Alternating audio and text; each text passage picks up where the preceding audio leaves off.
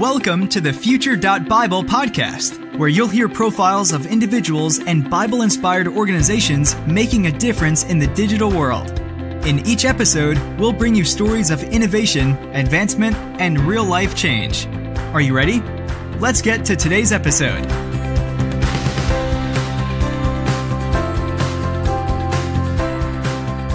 Welcome to the podcast, friends. This is the place where DJ Chuang and I get a chance to interview leaders, innovators, entrepreneurs, and people at the intersection of Bible and technology.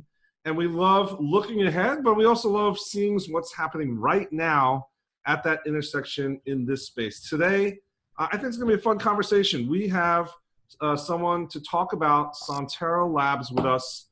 Nils Smith, welcome to the show. Thanks, Kenny. Glad to be here. Nils, so you're here. We asked you to come on today because I think you're going to be able to give us a little glimpse of an exciting installation that's now available to every visitor that experiences the Museum of the Bible in Washington, D.C. First of all, just a call out for that. If you've never been to the Museum of the Bible, you must stop and plan a trip, a vacation, some excuse to get out there. But when you walk in on the first floor of this installation called Explore, a virtual reality tour of the lands of the Bible.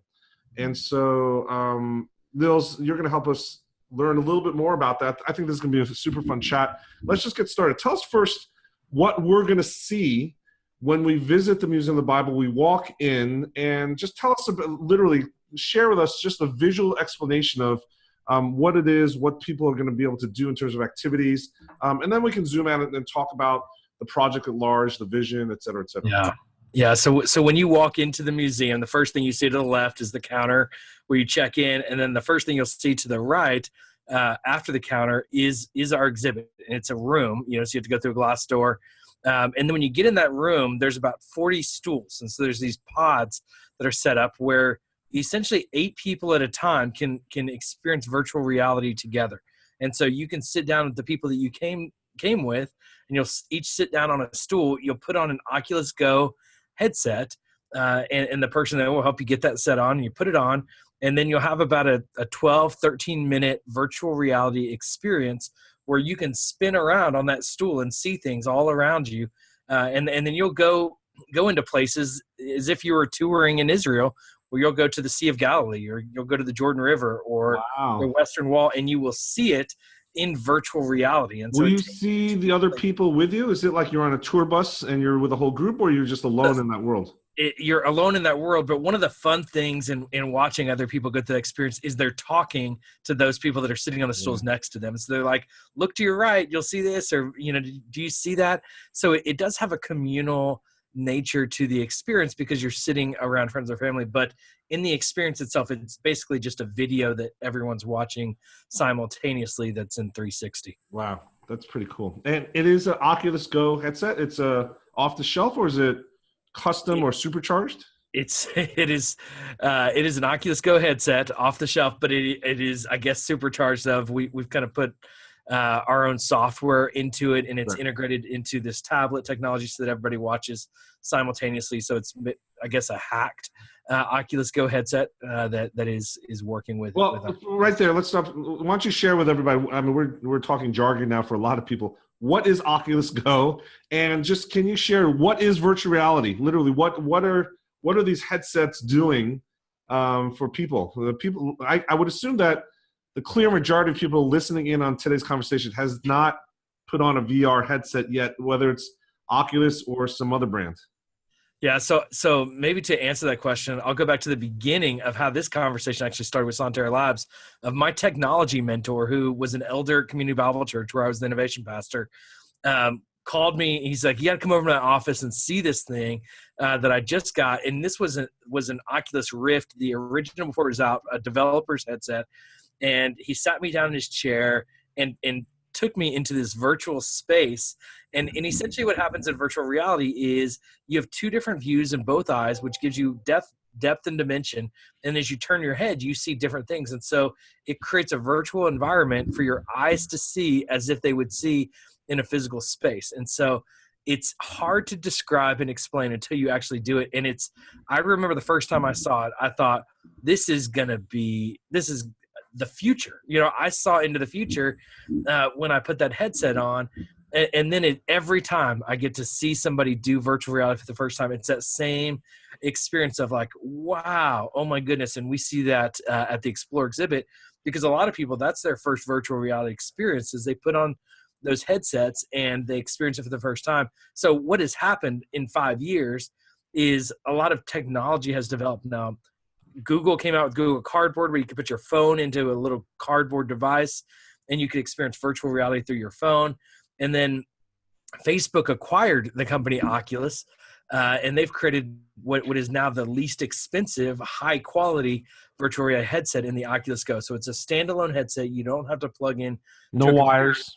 No wires. So it's $200, which, while expensive, is very inexpensive for, that first headset that my friend got was a $5,000 headset. Right. And the truth is, it wasn't even as good as what that Oculus Go is at $200 price point today. And so the technology is really advancing tremendously. So Oculus Go is really the first mainstream Oculus or virtual reality device that people are really beginning to use and coming into homes. And it's making it the opportunity to create the experiences like these where we can bring virtual reality to an experience like this. So DJ, have you ever done VR before? Have you ever had goggles and the whole experience? I don't have one personally, but so I'm a late adopter on this one. I didn't put on a VR goggle like the Oculus until this past summer.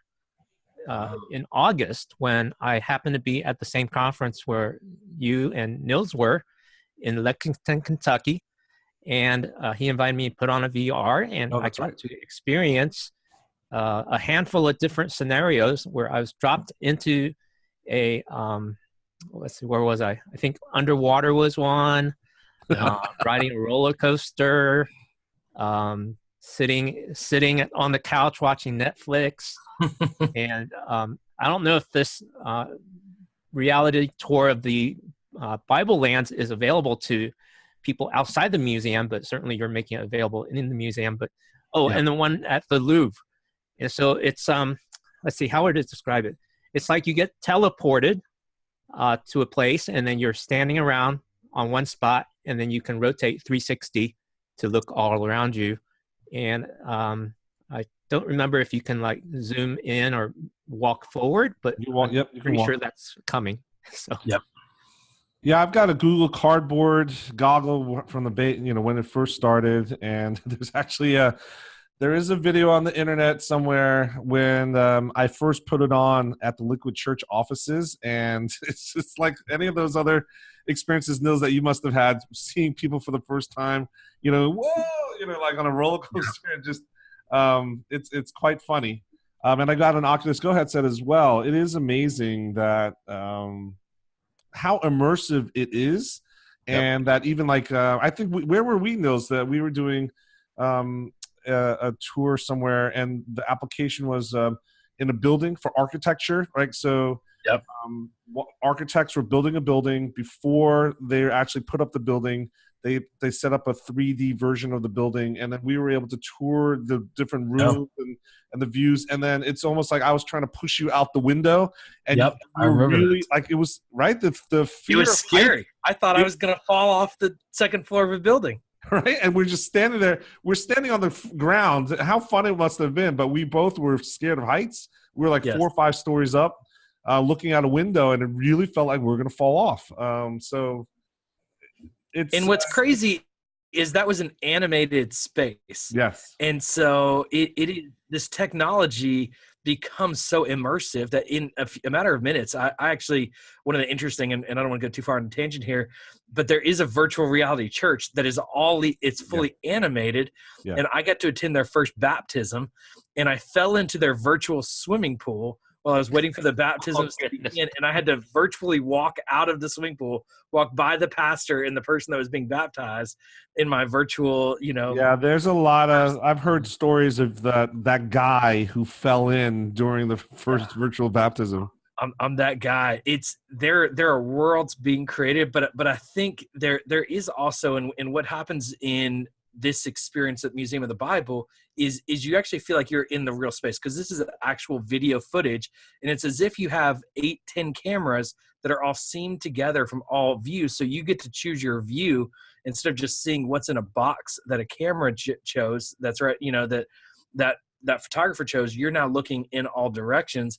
And what's so amazing is there's a big wow factor to it, but a lot of people, what we see when they take off the headset, there's tears, because there's a lot of people that dream of, I want to go to Israel, but I can't afford it, or for safety reasons, or whatever reason, they can't go to the lands of the Bible and see them themselves. But one of the places that's very emotional for people is the Garden of Gethsemane is a part of that virtual reality tour of, when you see that, as if you're there and you're looking around, you begin to just picture that differently. And when you read the Bible, and so to be able to bring people to the Holy Land, or to the lands of the Bible is really it's amazing to see how people respond. And I think a lot of that is how real it feels when you're watching it through one of those virtual reality headsets. Yeah. I wonder, someone else told me, the Facebook portal devices that just came out, which is basically video conferencing in a device. Someone told me that they would dream of, the next step would be to be immersive, that you'd be able to go and actually see and be a part of the other experience holographically. Yeah, holograms are definitely here. I just saw on LinkedIn a big Fortune 100 conference where they teleported someone in from Asia into the conference on a panel. And she was sitting on the director's chair, just like everybody else, sitting next to everybody else. And she was answering questions. She obviously could interact live. So anyway, this VR stuff is quite amazing. Yeah. So tell us a little bit about, so what does it take? Is this, it seems like if it's real, live, or what do you call it? It's not animated. If it's reality footage, Yep. It seems like it's a huge undertaking to go in and set up cameras with 360 views everywhere that you can navigate around, et cetera, et cetera. Is this something that technology has allowed them to figure out how to just go there in one trip and film it and bring it back? Or is this one of those, like, almost like decade-old projects that you've had some people slaving away in the past, and now they finally commercialized it and is bringing it to the public's benefit? Yeah. So I'll give you a little backstory on what happened with Sonterra Labs, and then maybe even how virtual reality technology is developing. But there was a group called the Octagon Project who had been working on this for about 5.5 years of really seeing, and Gary Crossland was the founder, and he had done a lot of tours in the Holy Land and taught these, and then heard about virtual reality technology and said, this is what's needed with these tours in Israel, of people need to use this technology to experience this place in a very real way. So he was such a forward thinker in that way. And I went to Israel for the first time about 3.5 years ago, and I called the guy, Trey is his name, who had done the virtual reality, who showed me that original Oculus headset. And I said, Trey, I found the best use for virtual reality. It's in Israel. Like, we should be taking people to Israel in virtual realities. Like, you're not going to believe this. I just connected with somebody else in San Antonio who's already creating that footage. Let's connect the dots. So we connected the dots, and they basically formed up Sonterra Labs out of that, and out of that simultaneously things so they had been for years creating virtual reality content, but without a place to really distribute it publicly. And then through some dot connecting, we connected with Museum of the Bible, who was interested in a virtual reality experience. It was a natural fit. And so those dots connected to where we've been able to take some of the content, and there are naturally lots of plans of more experiences both at the museum and then public experiences that people can download those on their devices. And so there's going to be a lot that will develop out of this. Our initial release of the content so is there at the museum, but there are experiences they've been creating of the steps of Jesus, or the Christmas story, and being able to connect a lot of these experiences in the Bible to the lands in a virtual reality environment. But what's happened in technology in 5 years is tremendous. And so what it takes to create virtual reality is having lots of cameras in all directions. And then it also creates a lot of computer power, because you've got to seam all of this together. So instead of what it takes to produce one regular video is quite a bit of computing power and camera and high quality cameras. Well, now you're needing to do that with 8 or even up to 20 different cameras that are all connected and then seamed together. So it is a significant process to capture the footage, to then download it, to edit it. We have, the storage that we have of these video files is tremendous. And then we're also seeing technologies out of this of augmented reality and some laser scanning opportunities. So the technologies for capturing the space is really, it's developing at a really fast rate. And so it's exciting, but what it's also causing us to do is have to go back to these lands and capture them in higher quality, higher definition experiences to be able to do more long-term. And that will always be the case. I think the more we can capture it, if you think about cameras 50 years ago to what we can do with an iPhone today in comparison to what we could do with a high quality camera, the iPhone blows it away. And so that will continue to happen as these technologies continue to grow and develop. Yeah. Yes, and that's the amazing thing about technology. And so as you talk about filming the Bible lands, not only can VR take you to places around the world, VR can also take you places into history. So you could do a reenactment of the nativity scene, and as we're talking, it's around Christmas time. Yep. That would be such an incredible immersive experience instead of just seeing the nativity scene on the lawn, front lawn. Now, Nils, being able to work with some of the stuff, from your perspective, what other use cases are there? You and I have been to VR World in Manhattan, supposedly the largest installation of virtual reality experiences in North America. We've been to the VR labs at Samsung downtown Manhattan. So we've been around VR for a bit early on right now. Right. What other applications do you think, besides travel and besides these games, is there anything else in terms of discipleship, scripture engagement? What else is coming down the pike? Because it cannot be only travel. Yeah, I think I was actually just talking to an organization, a Bible engagement organization this week, about how to use virtual reality, and I think there's a lot of brainstormed ideas, and I think the reality is that Mark Zuckerberg has said that his goal is to bring 1 billion people into virtual reality. So he's got a big goal. And right now he's only 1 million people are engaged in virtual reality. So he's like, we're only 1% of the way to our goal. So he sees this as a mass media engagement. But the problem is 1 million is not that big from a market standpoint for a lot of content. Right. So I think there's yet to be a lot there. One of the things that Oculus has recently come out with is you can actually connect your headset to your computer screen. And so basically when you go to work, you just put on your Oculus Go headset and you've got your keyboard in front of you and your mouse, and you don't need a bunch of monitors. You're just using this now unlimited view screened monitor right in front of you. And so when you begin to think about Oculus Go as almost as if you have 8 monitors, or what you could do with a big gigantic screen like an IMAX, except all around you, that creates a lot of opportunities. And so I think about things like a Bible engagement tool where somebody could read the Bible in front of them and they could look at a map over here, or they could, turn on an audio or see sermons teaching here.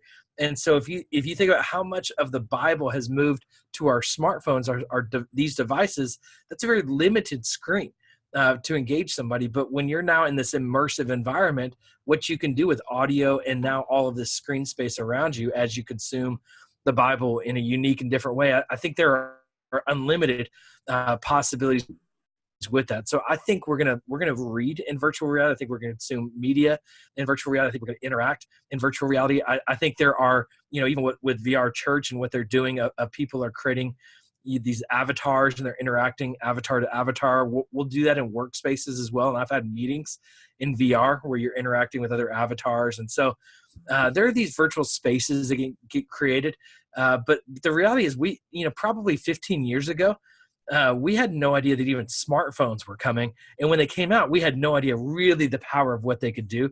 So until people start using these more and more every day and bring them into their productivity and everything else, there's a long journey ahead for virtual reality. Some people say it won't be mainstream for another 5 years, and it might not even be fully engaged for another 15 to 20 years. So I would say there's unlimited possibilities and creativity, unlimited creativity when it comes to how we can engage. Love that future forward look. Yeah, definitely. Well, thank you, Nils, for stopping by. Really appreciate, sharing a little bit of what is available at Museum of the Bible and just to look ahead at VR. We have to talk about AR next time. That's a whole other world that's exciting and things that are popping up there. But we hope you have a chance to revisit with us again soon on a future podcast. Thanks, Kenny. And after listening into today's interview, if someone wants to reach out to you directly, what's the best way that they can get in touch with you? I am a social media guy, so I would love for you to find me on social media at Nils Smith everywhere. You can go to my website, nilssmith.com. There's a contact page there and more information about a lot of the organizations that I work with and the things that I do. Great. Thank you very much for an amazing conversation today. Thanks, guys. And thank you to our audience for listening to the Future.Bible podcast. Please let us know your thoughts and reflections about today's interview at our website, Future.Bible. And we are always looking for suggestions for future shows. So drop us a line. Again, we're social too on YouTube and Facebook and Twitter and at our website, Future.Bible. And we continue to ask for your input because we want to be the #1 show where you can meet innovators ready to talk about how we can apply the always evolving world of technology to the never-changing message found in the Bible, all for deeper engagement with the scripture. So till next time, be blessed and remember to be a blessing. Thank you for joining us today. If you enjoyed today's session, please help us share this podcast with your friends, colleagues, and family members. You can do that by leaving a review on iTunes or by sharing our website, www.future.bible, with your network. Don't forget to join us next week for the next episode of the Future.Bible podcast.